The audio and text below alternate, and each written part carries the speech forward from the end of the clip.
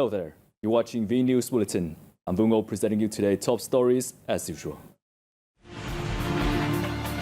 Politburo announces major restructuring of 13 party organizations. North-South high-speed railway set to begin construction in 2027.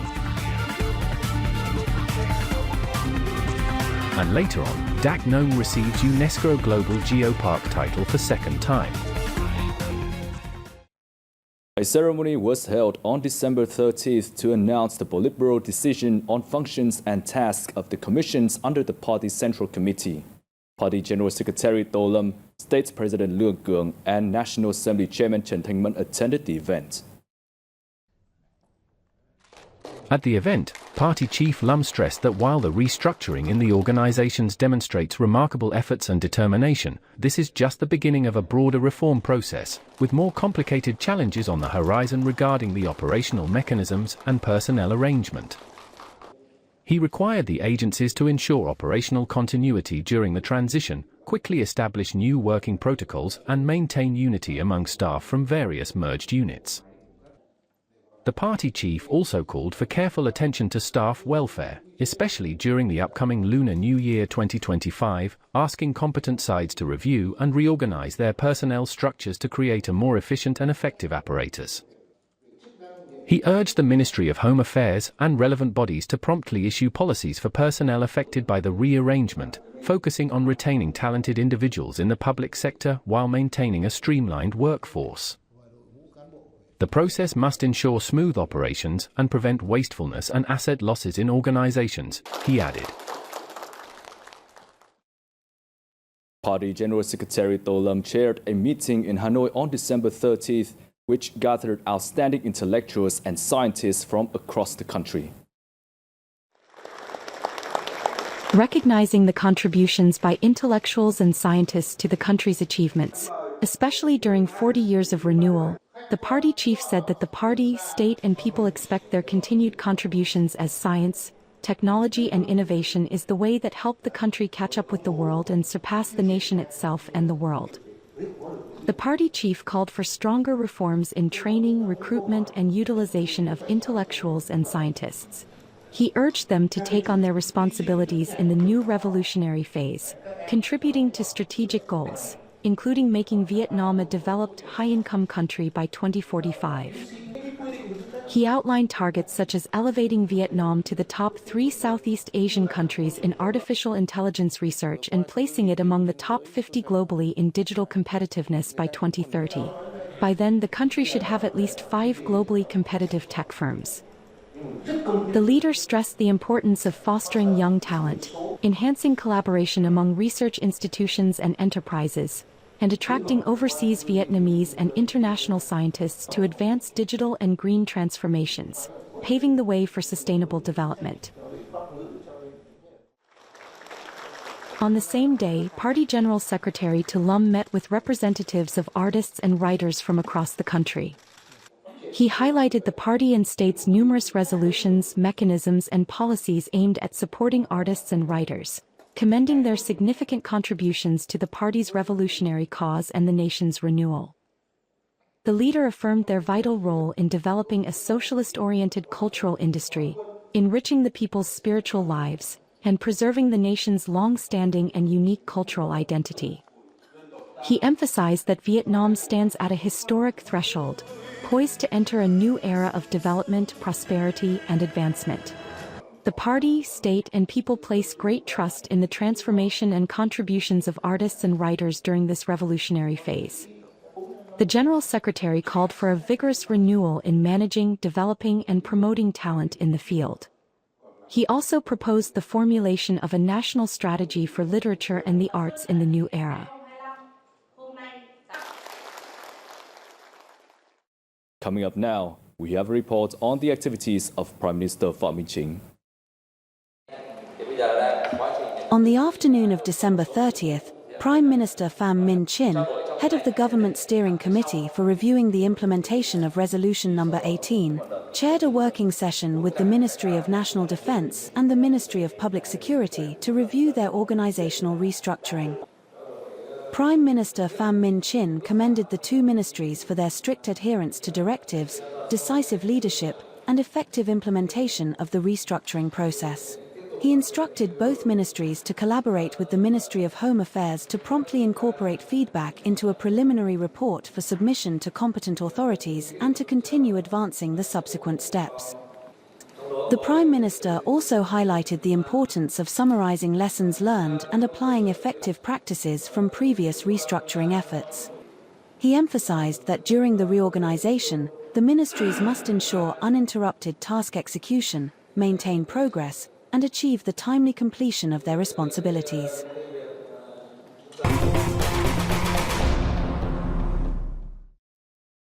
The Ministry of Transport has announced that the construction of the North-South high-speed railway will begin in December 2027. The information was issued in the ministry's master plan, which was made after the National Assembly approved the investment policy for the railway project. The plan includes the selection of consultants, preparation and approval of the feasibility study report, and bidding for construction packages. Key considerations highlighted by various ministries and agencies include the development of the railway mechanical engineering industry and human resources training. They also include capital mobilization, efficient land use planning, alignment of urban development with transport routes, and technology transfer and mastery. The Ministry of Construction also emphasizes that the selection of design, supervision, and appraisal consultants should be assigned to world-leading organizations, ensuring superior capacity, experience, and expertise. Earlier on November 30th, the 15th National Assembly passed a resolution on the investment policy for the project, with 443 out of 454 deputies voting in favor. After 18 years of preparation and referencing global high-speed rail models, the project is considered feasible for Vietnam's current context. The Green and Clean Streets campaign was launched recently in Hanoi to raise public awareness about protecting and beautifying the living environment. It forms part of the Green and Beautiful Vietnam initiative. The initiative is organized by the Cooperation and Community Development Foundation, C&D, in collaboration with the Vietnam Writers Association publishing house. It aims to promote green living, green thinking, and sustainable development in Vietnamese society. It is a significant effort to protect the environment, improve quality of life, and build a modern community culture centered on preserving natural resources. Key activities in the project include a 3-month Green and Clean Streets campaign, a guidebook on green living and environmental protection for students, plastic waste collection at beaches, and educating locals and tourists on marine conservation. It also includes community movements, such as a Day Without Plastic Bags and a Green Clean Beautiful Lunar New Year. Green and Beautiful Vietnam is not just about honoring humanistic values, but also a powerful call to action for everyone. Let's work together for a greener, more beautiful, and more livable Vietnam. During the event, the Vietnam Writers Association publishing house also introduced a new book titled Daily Stories of Bee and Bear. Inspired by a love for children and the desire to build a responsible, safety-conscious generation, the book offers 36 practical life skills for students and their parents. Building on strong growth momentum over the past 11 months, the Vietnam Trade Office in the Philippines predicts that the bilateral trade turnover between Vietnam and the Philippines will set a new record, surpassing $8.5 billion this year. Among export items, rice stands out as a key driver of Vietnam's impressive export growth to the Philippine market, with an export turnover of nearly $2.5 billion in January-November, up over 57% year-on-year. To ensure the sustainability of Vietnam's rice exports to the Philippines, the Vietnam Trade Office advises domestic exporters to prioritize maintaining consistent rice quality while continuously enhancing their products. This strategic approach will not only boost export value, but also mitigate price competition among companies. Following rice, machinery, equipment, tools, and spare parts recorded an export turnover of nearly $360 million.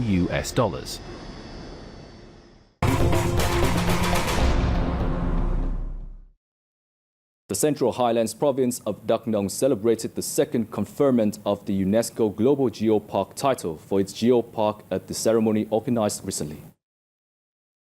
The Đắk Nông Geopark has been validated as a member of UNESCO Global Geoparks Network for another 4 years, from 2024 to 2027.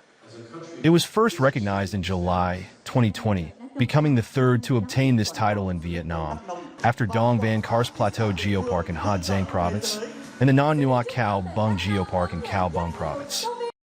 The park covers more than 4,700 square kilometers, stretching through 6 districts and cities. It is home to 65 geological and geomorphologic heritage sites. With a tropical forest ecosystem, the geopark holds typical biodiversity values. This land also preserves many unique cultural, geological, and natural features as well as traces of prehistoric activities. The City Fest to Đức 2025 festival kicked off on December 29th amidst great enthusiasm at the Saigon River Park. The event attracted a large number of Ho Chi Minh City residents and tourists eager to experience the colorful and festive atmosphere. The City Tet Fest, Thursday Đức 2025, offers a variety of interesting and colorful spaces, incorporating modern technology to provide visitors with a unique and exciting Tet experience. The event is a much-anticipated gathering place for the city's residents to welcome the new year. The festival offers many spaces that appeal to young people like me. There are many interesting activities, so I really want to experience and participate in everything. City Tet Fest, Thursday Đức 2025 is a multifaceted, multi-experience event, the first of its kind in Ho Chi Minh City, combining culture, art, creativity, technology, music, and community. The festival aims to honor traditional cultural values and preserve the flow of Tet in modern life. Community spirit in Ho Chi Minh City is very strong. Through this event, we want to convey the message that City Tet Fest is an activity for the community, by the community, towards the goal of developing a sustainable city full of creativity and innovation. The event will run until January 1st, 2025, with a series of exciting and lively activities, creating new cultural values of Southern Tet, serving diverse needs for Tet activities. It aims to become an attractive destination, promoting the potential, culture, and values of Tu Duc City in particular, and Ho Chi Minh City in general. The culinary guide Taste Atlas has unveiled its annual list of the top 100 noodle dishes in the world as rated by diners in 2024. Phở is the sole representative of Vietnam in the list. Let's take a look. Vietnamese phở ranks 93rd with a score of 4.44 stars. According to Taste Atlas, phở is one of the most beloved Vietnamese dishes in the Western Hemisphere due to its complex, unique flavors, and elegant simplicity. It is a national dish, street food, comfort food, and a way of life. Although it is classified as a soup, phở is served as the main course, and the 2 bowls of it never taste the same. It is traditionally made with chicken or beef broth, where the bones simmer lazily for at least 3 hours until the broth is perfect. The addition of herbs and spices accentuates the flavors, and the chewy rice noodles, juicy beef slices, and crunchy sprouts elevate the dish to another level. There are 2 main types of phở in Vietnam. One made in the northern parts of the country, with a clear, simple, delicate flavor and spices, without the herbs, and garnishes found in the southern parts of the country, with added spices, bean sprouts, various toppings, fish, and hoisin sauce. It is believed that phở derived from the French pot au feu, but regardless of the legend's truthfulness, phở still remains a staple of comfort food, warm, hearty, and delicious. And that's the end of our bulletin. Thank you for being with us. We hope to see you again soon.